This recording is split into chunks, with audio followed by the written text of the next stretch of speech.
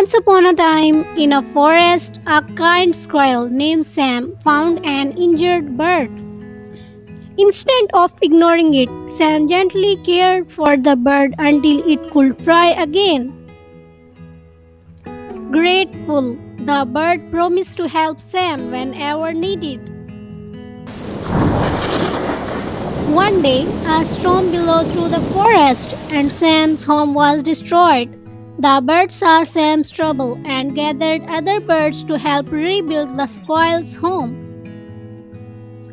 From then on, Sam and the bird remain best friends, always helping each other and showing the forest the power of kindness and teamwork.